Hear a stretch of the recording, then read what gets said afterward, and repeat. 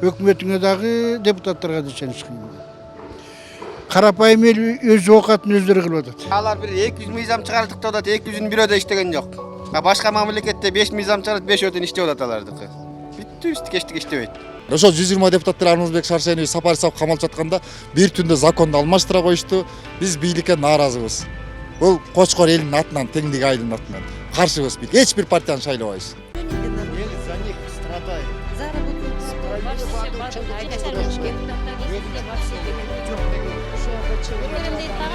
Анан кийин шайлангандан кийин эч кимди көрбөйсүң да.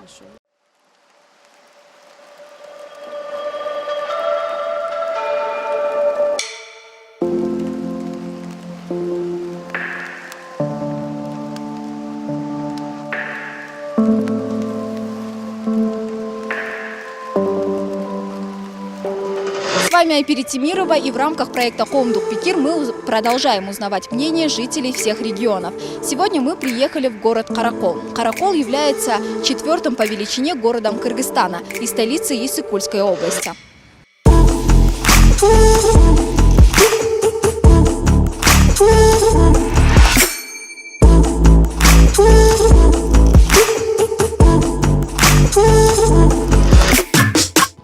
Здравствуйте. Саламатсыздарбы, баке? Соодаңыз кандай болуп атат? Кылып атат. Акырындан жүрүп атат. Соода кылып атабыз. Биз атайын келдик, сурамжылоо жүргүзүп атабыз. Жакында парламенттик шайлоо болот. Ошо эл кайсы саясий партияны колдойт, кайсы депутатка ишеним көрсөтөт деп. Сиз мисалы жаңы жогорку кеңеште кайсы саясий партияларды көргүңүз келет? Эми жаңы жолдук партиядан жанагы чоң партия чыгып атат го дейм. Анан дагы жаштардан чыкса жакшы болот эле партия. Мен буюрса табылга эле шайлайм деп атам, буюрса. Биримдикти көргүбүз келип атат чота. Эмнеге? Байкелерибиз бар да койсо. Ошо тууганыңыз болгон үчүн, байкеңиз болгон үчүн колдойсузбу? Татыктуулар бар экен да аякта. Атам экен. Чоң казаттагы балдарды көргүм келет. Ошо жаштар келиш керек да азырчы. Уже мурунку политиктердин баары өзүн компрометировать этип, уже ишеним жок аларга элдин арасында. Жаңы партиялардан болсо, кызыкканым бул Ордо партиясы менен эле Чоң Казат партиясын колдойт элем. Видеть не хочу, кроме Чоң Казат. Вот прям видеть не хочу. Я ему в лицо скажу, отвечаю ему. А почему? Потому что каждый шестой год все те же обещания. Партияларга шайлабай эле коюш керек аларга. Эмнеге? Алардын жардамы деле жок да бизге. Биз эл өзүбүздү өзүбүз багып атпайбызбы? Вообще любая партия должна была показать себе во время пандемии то, что творилось у нас. Я работала в горячей зоне, я знаю, через что я прошла. Ни одного депутата рядом не было, никто не оказывал поддержку. О чем, о каких выборах можно говорить в это время? Столько денег они тратят на вот эти выборы. Вообще, маразм. Мына коронавирус күчөп атканда жок болду эле. Бирөө жок болду эле. Эми пайда болуп калышты. Кереги барбы? Эл кыйналып атканда болбогондон кийин эми азыр шайлоого биз керек болуп калыпбыз. Келип момо отурада келип концертин коюп тигинтип мояктан бизди алдайт, анан кетет тияктан эчтеке жок. Болобу? Он до конца должен. Наш человек до конца. Мы беде болгондо поддержка кылып тигинтип кылыш керек. Анан сам сел бетин табакта кылып отурат тактатан. Ишенбейт. Азыр эл деген вообще ишенбей калган. Мына канча жылдан бери алдап келип атат элди. Биз ишенбейбиз. Бизге кереги да жок ошол депутаттардын. Шайланбай эле койсун эч ким. Мен личное мнением ошо. Мен шайлабайм эч кимди. Кереги жок. Ай бир да партияны шайлабайм. Баягы эпте властка жетсе болду. Анан кайра казыш керек. Төлөгөн акчасын кайра тройной кылып атат да, туурабы? Эч кимисин көргүм келбейт. Бүт чийгим келип, бүт жоготуш керек, атыш керек. Эмнеге? Бүт элди жеген, элди куураткан, элди тентиткен ошолор. Заманды ушуга элди ушул кууратып келген ошолор. Бүт элдин байлыгын соруп, жеп, жутуп, уурдап. Ошондуктан мен баарын жек көрөм бийликтегилердин. Илгеркилер мына этаж үй салып, таңкыйып жатышат. А бул мусор чогулуп турган азыр небересі менен жүргөндөрчү. Мусордан тамактанып атышат. Ошолорго көзсүз караң кишилик болсо, мен көтөрөт болчумун ошону. Ишенчиликтүү бир 10 эле киши болсо болот, жетет бизге. Баягыдай жайнаган жандан кийинки козгарындайлардан эч пайда көргөн жокпуз деп айтат элем. Ну, сами же знаете, как там в этом в соцсетях, как их хают, как они страну бросили, как они все это. В общем, нафиг они нужны. Я вообще за молодежь. А депутаттардын арасынан балким жумушун так туура аткарып элге кам көрүп аткан бирөө бар. Ну, депутаттардың арасында мен эми ошо Жанар Акаевди колдойм. Момунбековду айта алам. Ал киши бетке айтат, баардык элдин көйгөйүн айтып атат. Эми иштеген жагынан ким иштейт билбейм. Мисалы жанакы ким эле? Бекешев. Мен Бекешев жакшы болот деп ойлойм. Түз айтат, Сырбалдиева бар. Кичине Жанар Акаев аракет кылып ушундай эметип жүрөт ушу. Өріскелді, анан Жанар Акаев ошого депутаттардан ошого жакшы дейт го, анан дагы жаштар чыгат окшойт.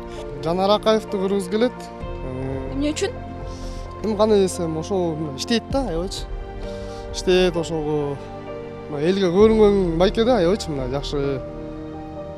Анан эме Рыскелди байке да. Балким депутаттардын арасынан жумушун так туура аткарып элге кам көргөн депутат бар. Абаларым шайлайм деже. Ошо өзүм абаларым шайлайм бияктан. Айтпай эле коеюнчу. А эмнеге тууганың болгон үчүн эле шайлайсыңбы же бир жумуш кылып? Болгон үчүн эле шайлайм эже. Эми чын эле да бүт баары эле тууган болгон үчүн шайлайт да мында. Тааныш акча берсе шайлайт туурабы? А ким шайлайт экен, могу жакшы иштейт деп эже. Ошо чын элеби байке? Темир Сариев. Вот он такой реальный, да? Вот он мне нравится тоже. Я знаком, ну он здесь же был, в Каракольной. Вот он, Темир Сариев, он мне нравится. Он правильный, наверное. Жана Сырбалдиева, анан Момунбеков. Эми белгилегендин баары камалып жатпайбы азыр? Айтпайсызбы эми ким? Эми белгиленгендерден кимдер? Садыр Жапаров жатат. Мага Садыр Жапаров эле жагат негизи. Ну, я думаю, вот Өмүрбек Текебаев, да, по-моему? Текебаев. Вот он мне нравится как политик. Как он развивается. Он, ну, обещает много, конечно. Но хотелось бы увидеть в делах. Эми бүгүнкү күндө так алып кеткен айтыш оор. Жалпысынан жыйынтык боюнча жалпы ушул бизден сазывда өткөн депутаттардын кылган ишинен жыйынтык чыгарганынан өтө аз. Жакшы бир жаңылыктан реформа киргизип, Кыргызстанга көп жакшылык, ийгиликти алып келгендердин көргөн деле жокмун. Минус жактарын көп көрдүм. Жогорку кеңеште болгон мыйзам кабыл алуу жактарынан көптөгөн кемчиликтерин эстесек болот. Аны радиодон эле түзмө-түз трансляциядан коюп беришет. Бул жагынан ийгиликке жеткендерин эле көргөн жокмун чынын айтканда. Татсыз эле 1 жыл, 2 жыл жашайлычы анан көрөбүз. Ушинтип айтып койгучу ушулар. Мне уже 7-й десяток скоро будет. Скоро уже вот исполнится. Ни разу никто, никакую помощь. Был коронавирус, хоть бы один пришел и сказал: бабушка, я вот приехала с палочкой муку взять. Хоть кто-нибудь помощь какую-нибудь оказал? Ни один не пришел, ни домком, ни депутат, ни наши местные, никому ничего не надо. Андай деле азыр көрүнө элек го. Эми бар жанагында ачык чыгып, эметип атышат, бирок андай депутаттарды кичине кысып коюш. Жана Момунбеков, например, ошондойлор бар. Калгандары бар эле обещанник болуп атпайбы. Ай, бирөөзү жакпайт, койчу, бар эле отуруп ал. Бар миллионер. Мына айтсаңар айткыла, мен деле аты үймөк беле. Жакшылар депутаттыкка келбейт азыр. Жакшы адам эч качан депутат болбойт. Ой, Кыргызстанга көп болсо бир 7 эле депутат жетет. Ар бир областтан бир депутат. 120 депутат келмейт. Эшек такылып жүрөт. Эчтеке кылбайт. Мына пандемия болуп атканда баары качып алып кетип калышты, отпускка чыгып алып. Туура эмес да. Поддержка бериш керек да. Эми жок дегенде бир депутат бирөө бай өткөндө эле айтып атты деме деп. 90 миң алса ошого 40 миңге дары сатып берип койбой деп. Мына жөнөкөй балдар Россиядан, Америкадан салып атышат. Ошолорго рахмат. Мына азыркы мамлекет бул Өзбекстан, Казакстан, Россиялар айтып атпайбы? Кыргызстан кыйын экен, өзлөрү элдер өзлөрүн айыктырып алды. 6-сазывдын депутаттары шайлоо астында берген убадаларын аткара алыштыбы? Аткарбайт. Аткарганда жок. Биз мына момундан кийин мурун эле аткарбай келатышкан, мына шайлоонун убагында келишет, баарына обещать этишет, андан кийин жок көрбөйсүң. Кандай кийинки эмеде болгондо эле пайда болуп калышат. Канчадан бери да аткарып берип атат убада. Эч бир эчтеке аткарган жок, кереги да жок. Жок, аткарылышкан жок. Ошо ишеним жок аларга. Мисалы, көлгө келип эмне деп убада берип кетти эле? Эми көлгө келгенде эми бүткүл эле Кыргызстан боюнча бардык региондордо экономиканы көтөрөбүз деп коюшуп эле анан эч кандай результат жок, өздөрүнүн эле кызыкчылыгын колдоп эле. Анан мындай кардинальный өзгөрүүлөр жок болуп атпайбы? Где 500 тракторов? Где 500 швейных цехов? Где 5000 мест рабочих? Где? Кто это обещал? Ну, она сама знает, и он тоже сам знает прекрасно. Если встречу, я в лицо скажу. Спрошу. А кто их помнит? Они даже сами не помнят. Вы их спросите, что они хотели нам дать. Они сами не вспомнят. Что-то там делают, сидят, что-то там за что-то голосуют. Никто не вспомнит об этом. Добушуңарды саткыла деген сунуштар болду эле? болгон мен эч убакта андаган эмесмин. Канчага саткыла деди эле мисалы? Ар кандай предлагать этишет экен. 1000 сом, 2 сомдон 2000ден беребиз дегендей мындай дешип. Андайды мен жаман көрөм, бар дейм сразу. Балким жинimге чай ішим мүмкін, заят ич. Добуш сат деген уже союз, уят, адам кетсин саткан киши алчу уже. Адам эмес ал уже, например. Ал добушун сат деген андай кийинчерээк болбоду. Мурун болгон дейсибитинде. Мына мынча доллар берем, мынча акча берем, 1000 сом берем да буга салып кой деп. Даже бюллетендерди тияктан ачып алмаштырып берген убактарда болгон да. А кийинки эмелерди байкаган жокмун. Жок болгон болсо дагы албай, мен бир күндүк добуш сатып, анан 5 жыл кыйналгандан көрө лучше ошо элге да чакырам, сатылбагыла, өзүңөр сөз эркиндиги менен, сөз эркиндиги менен шайлап таза болуп эле сатылбагыла. Мне предлагали, думаю, на этот раз предложат.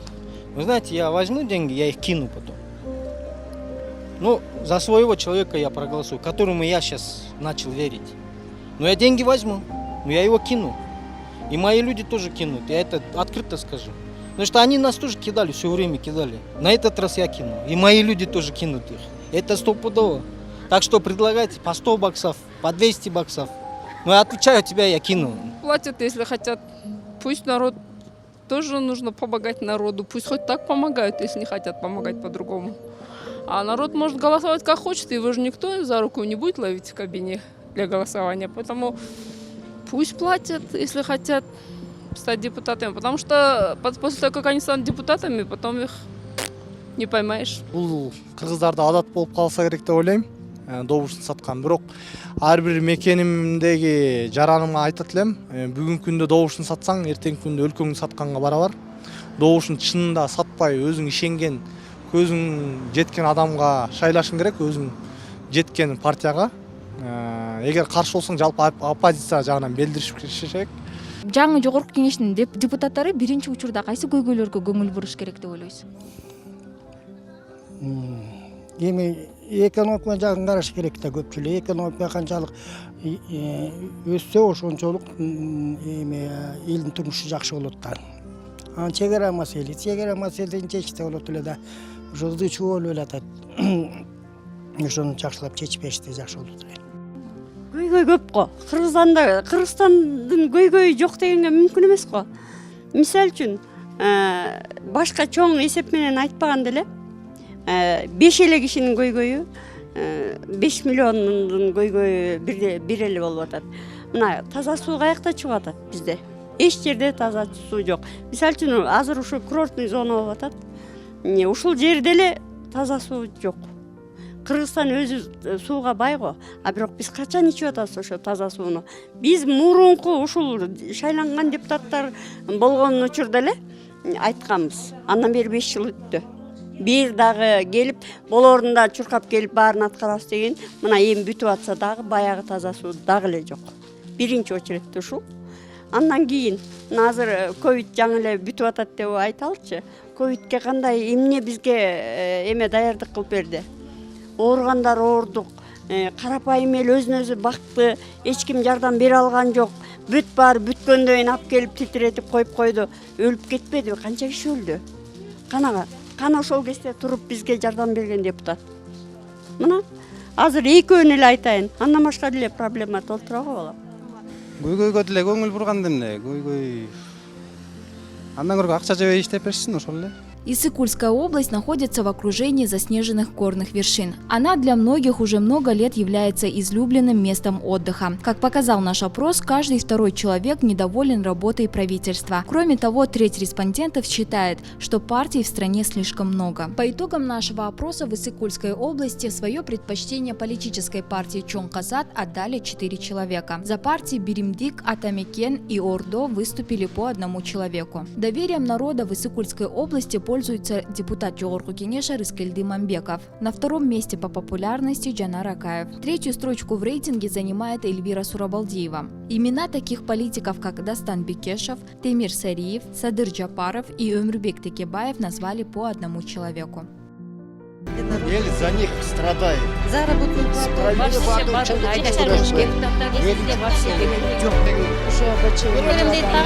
Анан киш хайлангандан кийин эч кимди көрбөйсүң да.